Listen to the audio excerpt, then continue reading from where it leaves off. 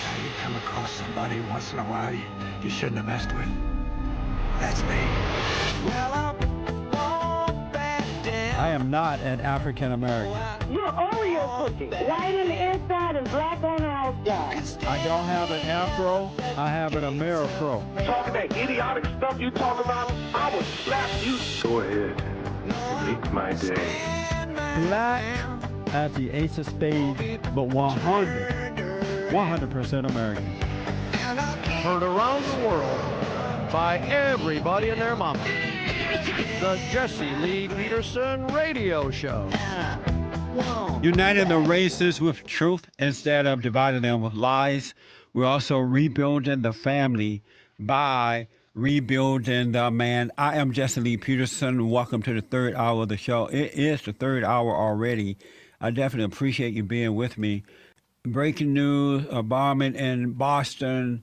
We don't know all the details yet. It's being reported possibly 2 to 3 bombs had exploded there. Patrick Rooney is here behind the headlines.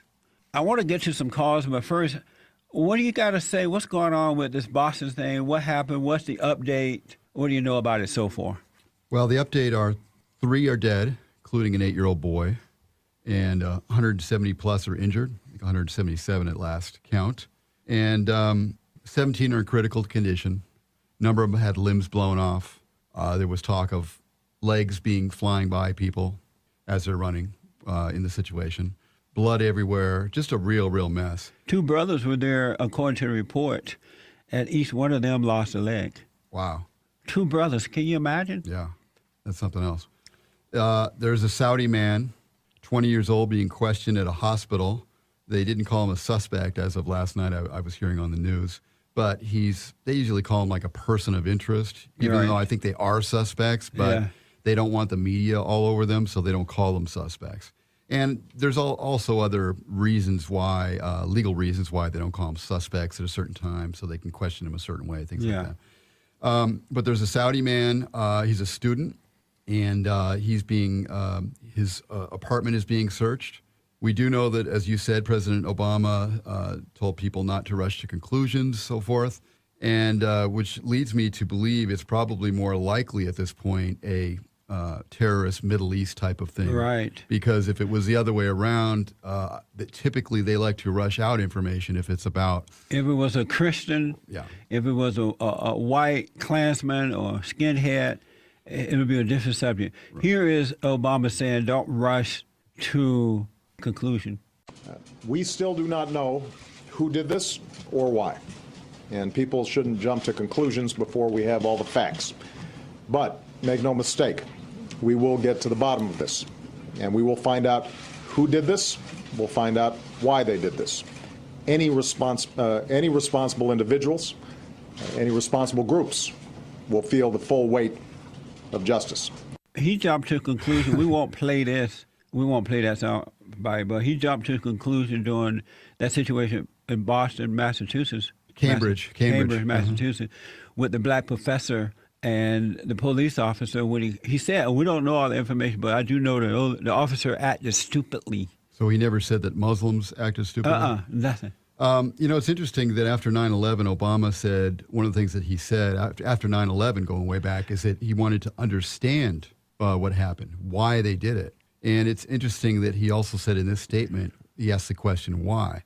Normal Americans don't ask the question why crazy people are blowing them to bits. Obama knows why this happened. He knows that these folks hate us. Well, there's a point there, because Obama, the why is that he really believes that they have reason to hate us. And a lot of the That's a good point. A lot of the 9/11 truthers believe that these people have reason to hate us. So it's very important to understand why. Even Ron Paul, I hate to pick on Ron Paul again, sorry. Even Ron Paul would say things like, we need to know why these people are doing that. Now, that said, Obama himself has irritated the Arab world, the Muslim world, by his drone strikes. I mean, talk about irritating these people. Do you know that Obama is less popular now in the Muslim world, I've heard, than Bush was? I wasn't aware of that. Yeah.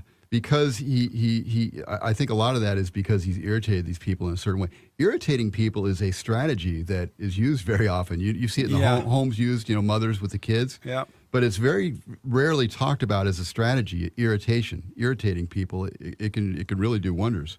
I guarantee you, somewhere from a Tea Party, a member of the Tea Party had done this bombing, it would be why. Yeah. It'd be Absolutely. all over the Tea Party members. Yeah, we're going to get you is what it's going to be. I've been saying I'm not surprised, and we're going to have more of this because we have a weak president, a weak, pathetic, poor excuse of a man in the White House. And he has stopped reminding us that we're at war with terrorism.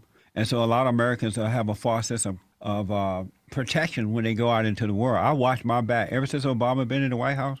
Here's what Axelrod had to say about the Boston bombing. Listen to this. This point, and they seem, I was told that the reason he didn't, they debated use certain words, and that does matter, and that because when the president says terrorist attack, that's a whole lot different than when Dianne Feinstein says it. No offense to Dianne Feinstein. Absolutely, and the word has taken on a different meaning since 9/11.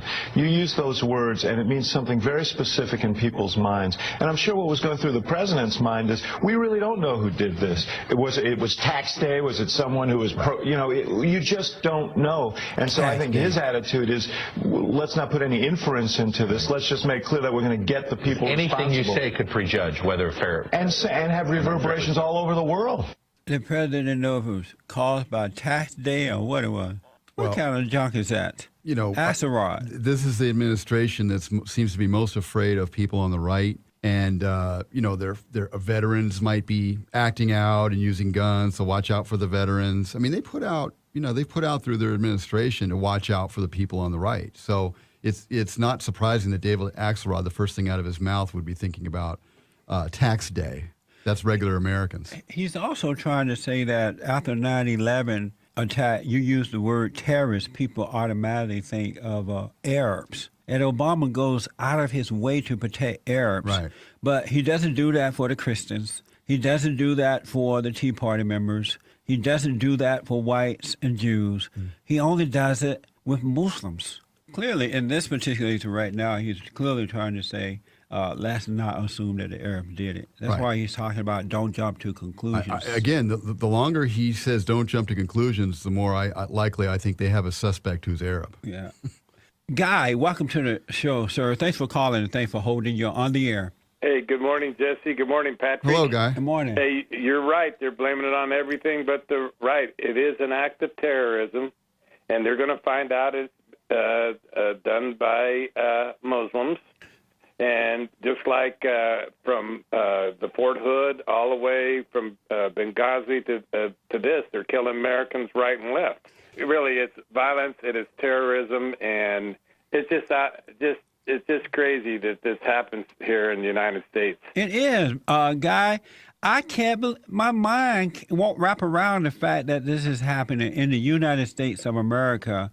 And I guarantee you, with all that is within me, Obama wish it was an American terrorist that did it. Right. I guarantee you, he's praying to Allah. The media is already trying to blame it on white supremacists. See there? Yeah. Yeah, so, we all need to come together on this. We need to find out who did this, and we need to stomp hard, no matter what it is, and and really stomp hard. And I'm getting a little sick and tired of of Obama and the way that he's acting, and not calling what it really is. It's an act of terrorism. I've been sick and tired of Obama since he first came on the scene. I really can't. I think about this and I'm like, is this real in America? But I said years ago that we're going to have this happening just as Israel is dealing with it. When Obama went around the world and announced that he is here, he's weak, let's get along, bowing down to our enemies, I knew then we were absolutely in trouble and America will suffer as Israel is suffering with bomb attacks. And this thing happened yesterday is not over. We're going to see more and more of this because they know Obama is weak. Yeah. I would say Obama, you say he's weak. I call him a collaborator, really. He's collaborating with the Muslim Brotherhood. He's giving them our money in a sequester situation, and he's giving them our money so they can do what? Go after Christians in their country? That's what they're doing. He's collaborating with the enemy. Why would he give them that? He's a Benedict Arnold of this generation. And then they're going to go after Israel. Right? He's giving them these warplanes. Yeah. They're going to go after Israel. Both of you just need to work hard and keep doing what you're doing, Jesse. And you're speaking the truth. People don't like it, but I don't care. Some people don't like it. Yeah, a whole lot of people love it, but the enemies of America hate it. If you're not an American, and just like a lot of the people that call in to your show are they really Americans? No, really. Are they really? No, they don't. Do they even know how this country was founded and the blood that we spilled to be free? I meant the fact that they call themselves hyphenated Americans says that they don't believe in America. They're not Americans and they're not Christians. Thank you, Guy. God bless both of you. You too, man. I was thinking, Patrick, that we're going to focus on this for a while now, and while we're doing this, Obama's going to get his gun law passed and things because the media attention is going to be on this, and he's out there trying to ban all guns. Period.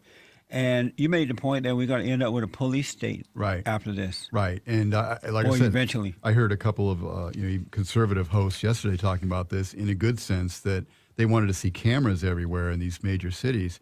And I'm like, there's only so much defense you can put up and only so many cameras. You've got to go after these people and take them out. And if you don't, yes, you will end up, as Andre said, in your own prison. But the terror was done where security was greatest at this event. Well, they had truckloads of police officers there on site, and it was still carried out. So now I'm wondering, is there someone, whomever involved in this, are they a part of the police department? Because I know these people are embedded in every aspect of our life. Yeah. I would say, these guys are doing so much with drones now, trying to scare the living daylights out of American citizens. Why don't you take these drones and start drone striking our enemies, starting with Kim Ung, whatever his funny haircut name is. Start going after these leaders directly and taking them out. And that's supposed to be illegal now? And I asked them to reevaluate that. Why is it illegal to go after leaders? In the old days, in biblical days, they went after the leaders and took them out. And how does that relate to? Well, I'm saying there's no offense going on. There's no serious offense. You think that if these leaders over there or different people were afraid for their lives, the people that have the terrorist training camps, if we just went and liquidated these terrorist camps, we wouldn't have these kind of issues because nobody wants to be the next martyr. As Benjamin Franklin said, those who give up essential liberty to purchase a little temporary safety deserve neither liberty nor safety. Well, that's us right now. Yeah. That's us. Benjamin Franklin, where is he when we need him? We need to bring him back. Thank you, Patrick. Thank you. Thank you for tuning in and calling in, folks. I absolutely appreciate it. Back tomorrow.